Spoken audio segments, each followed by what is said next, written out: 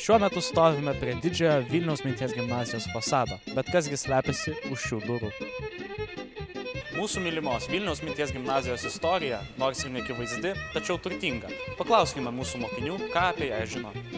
Sveikas daugia mokiniai, norėčiau tas paklausyti klausimą, kaip vadinosi minties gimnazija anksčiau? Man atrodo 30...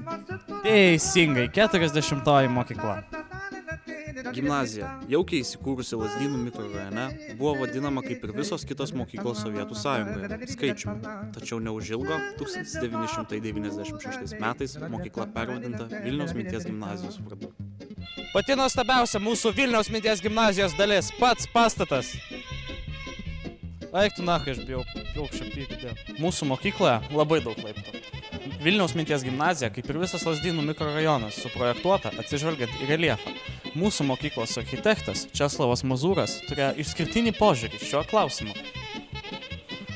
Ši sporto salė ne tik puikiai pritaikyta mūsų jaunųjų atletų čempionų ugdymui, bet ir turi didžią istoriją. 1974 metais Vilniaus minties gimnazijoje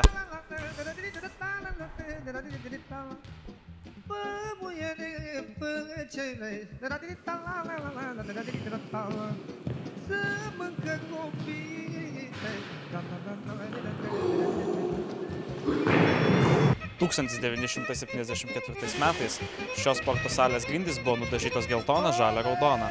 Valdžiai sužinojus, per naktį jos buvo uždažytos, tačiau tai rodo mūsų mylimos Vilniaus minties gimnazijos atkaklumą bei atsidavimą tėvynei. Rūsy dar vietos yra, tempkit ten.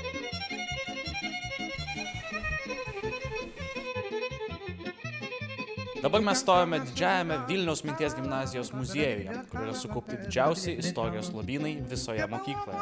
Istorijos, kuri ne tik įdomi, bet ir be galo svarbi. Supratę garbingąją Vilniaus minties gimnazijos istoriją, galime drąsiai žengti pirmyn ir statyti šviesų rytojų visai liaudžiai. Būtent todėl mes turime populiarinti šią nuostabią mūsų mylimos Vilniaus minties gimnazijos istoriją. Noriu Jums padėkoti, kad buvote su mumis. Tikiuosi Jums patiko šis žvilgsnis į praeitį ir dabartį. Dėkui.